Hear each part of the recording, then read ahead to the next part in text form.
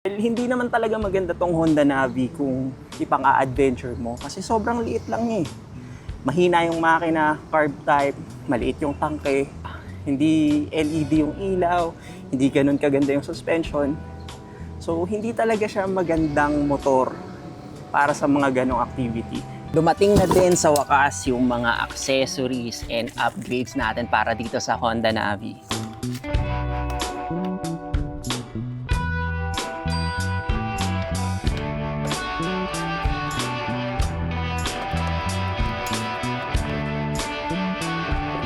Ito na si Honda Navi pagkatapos natin matanggal yung mga fenders niya. Nagmukha siyang mas maliit. Tingnan nyo. Ito yung sa harap.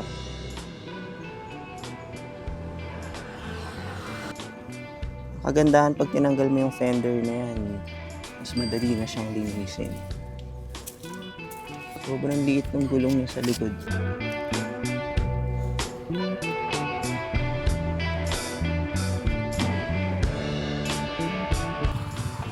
Ayos, di ba?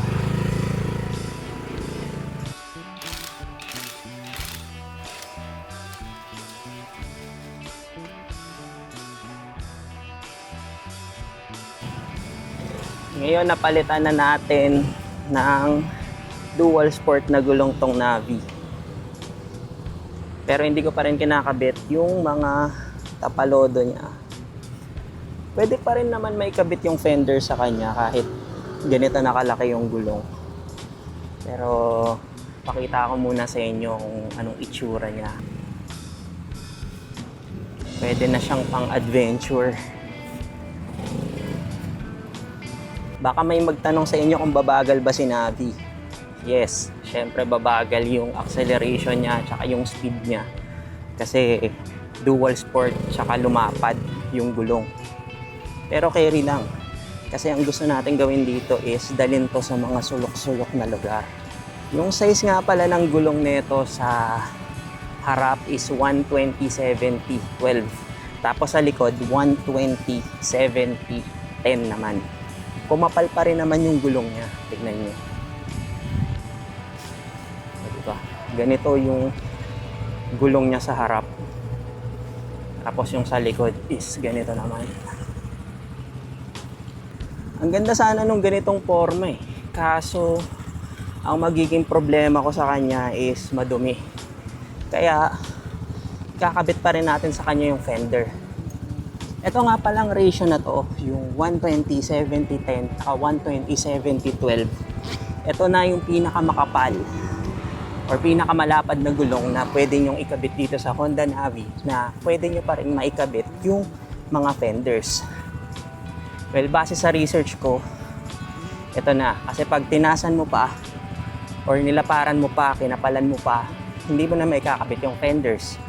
And malinis nga siya tingnan yung motor kapag hindi umuulan. Pero kapag umuulan na, syempre, mas madumi yung walang fenders.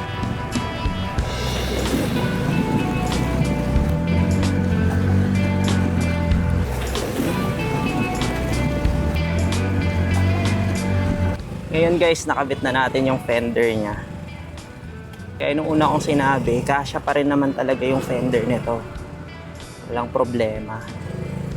Pero itong nasa likod, pinutol ko na yung fender niya. Sumasabit yung bandang dulo. Pwede mo namang hindi putulin. Tatanggalin mo lang yung bakal na nasa bandang dulo niya.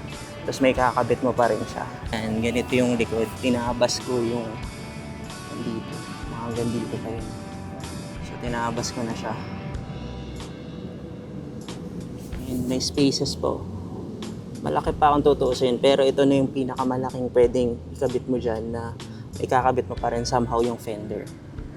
So, mahalaga pa rin sa akin yan, lalo ngayon na umuulan-ulan.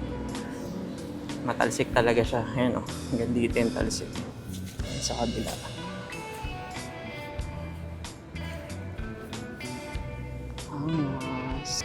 Ngayon, umaambon-ambon. So, matalsik.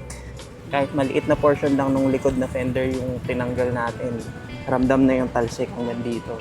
So gusto ko lang ipakita sa inyo yung mga upgrade natin isa-isa. Yung mga idadagdag at babaguhin pa natin dito sa motor na to is itong suspension niya sa likod, itong rear shock, papalitan natin to. Tapos lalagyan natin to ng bracket and then yung top box. Yung wiring niya, babaguhin din natin. Ikabit na siya sa battery para maging LED na yung mga ilaw at hindi na nagbi-blink-blink. Sa lahat ng mga upgrades na mga pinagsasalpa ko dito, ako lang rin yung gumagawa. So, less na yung bayad sa pagre-repair. So, tamang YouTube lang. And kahit papaano, naiintindihan ko naman kung papaano ginagawa yung mga bagay-bagay. Ang forma na talaga na itong Honda Navi kasi naka-dual sport na siya. So, ang angas. Siyempre, babagal yung takbo nito. Normal lang yun kasi nagpalit ka ng mas malapad at mas malaking gulong, mas kapit na kapit siya sa semento. Ang kagandahan sa kanya, yung handling niya is talagang maganda na, stable na siya somehow. Hindi naman talaga maganda tong Honda Navi kung ipang-a-adventure mo kasi sobrang liit lang niya eh. Mahina yung makina, carb type, maliit yung tangke, hindi LED yung ilaw, hindi ganun kaganda yung suspension. So hindi talaga siya magandang motor para sa mga ganong activity. Pero kung ganito ang gusto mo, maporma, cute, stylish, pwede mong i-upgrade sa mga ganito. Madaling isingit, madaling i-drive sa city kasi automatic. Reliable as Honda, pwede na talaga itong motor na ganito.